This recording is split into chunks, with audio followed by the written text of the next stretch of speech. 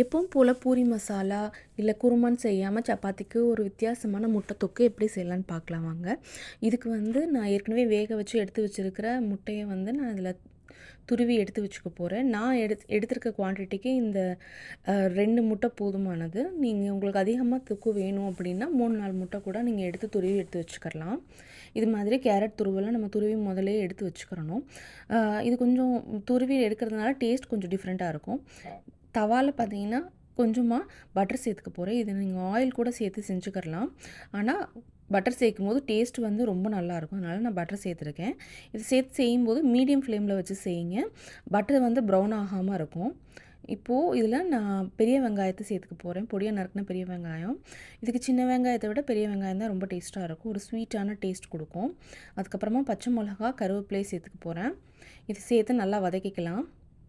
இது நல்லா வதங்கி வந்ததுக்கப்புறமா நான் ஏற்கனவே அரைச்சி எடுத்து வச்சுருக்கிற தக்காளி பேஸ்ட்டை இதில் சேர்த்துக்க போகிறேன். தக்காளி பியூரி.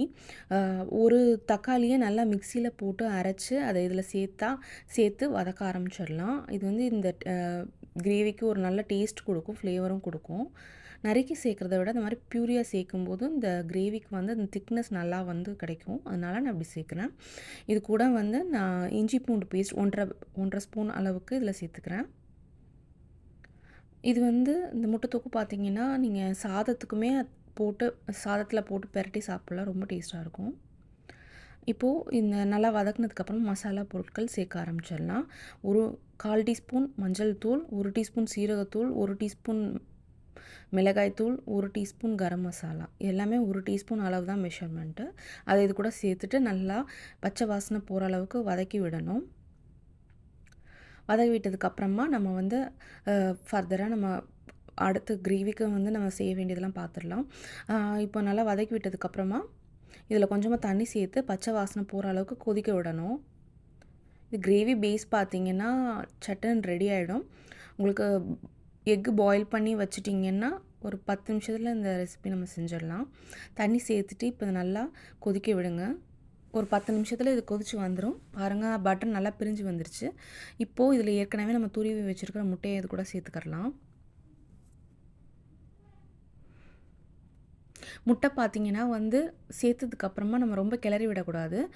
கிளறி விட்டுக்கிட்டே இருந்தோம் அப்படின்னா துருவின பக்குவம் பார்த்திங்கன்னா கலண்டுரும். உங்களுக்கு வந்து அந்த ஒரு மாதிரி மசிஞ்சு போயிடும். நமக்கு அந்த துருவின மாதிரியே இருக்கணும். அதனால் இது லேசாக உள்ளடங்களாக விட்டு பெரட்டி தான் விடணுமே ஒழிய நம்ம வந்து அப்படியே கிளறி விட்டுக்கிட்டே இருக்கக்கூடாது. லேசாக இப்படி உள்ளேருந்து இப்படி திருப்பி தான் விடணும். இந்த மாதிரி விட்டால் தான் நமக்கு வந்து தொக்கு மாதிரி வரும். சாப்பிடும்போது எடுத்து சாப்பிட்றதுக்கு கரெக்டாக இருக்கும். இல்லைன்னா மசிஞ்சிடும், நமக்கு சாப்பிட்றதுக்கு சரியாக வராது. இந்த மாதிரி லேசாக பெரட்டி விட்டுட்டு இது கொஞ்சம் நேரம் அந்த ஹீட்லேயே அப்படியே வேக விடணும். நல்லா கொஞ்சம் விரைச்சிக்கிற மாதிரி இருக்கும். அதுக்கப்புறம் உங்களுக்கு வந்து அது குழையாது, மசியாது. இதுக்கப்புறமா நம்ம தேவையான அளவுக்கு கொத்தமல்லி தழை தூவிக்கலாம். இது இந்த தொக்குக்கு ரொம்ப நல்ல டேஸ்ட் கொடுக்கும். அதுக்கப்புறமா 1 டீஸ்பூன் அளவுக்கு பட்டர்.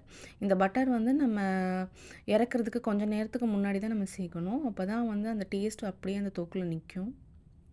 இந்த பட்டருக்கு மேலே இந்த மாதிரி தொக்கை போட்டுட்டு கொஞ்சம் நேரம் அந்த பட்டரை அந்த தவாவில் அப்படியே மெல்ட் பண்ண விட்டுடணும். நல்லா கரைஞ்சி அந்த தொக்கு நல்லா பார்க்குறதுக்கு நல்லா க்ளாஸியாக நல்லா க்ரீமியாக வரும். இப்போ இது வரைக்கும் நான் உப்பு சேர்க்கல. இறக்குறதுக்கு முன்னாடி இதில் உப்பு சேர்த்துடலாம்.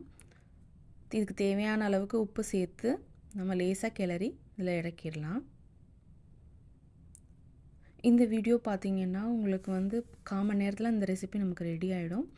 இந்த வீடியோ உங்களுக்கு பிடிச்சிருக்கு அப்படின்னா ராஜி ஹோம் மேக்கர் சேனலை சப்ஸ்கிரைப் பண்ணுங்கள். தேங்க்யூ.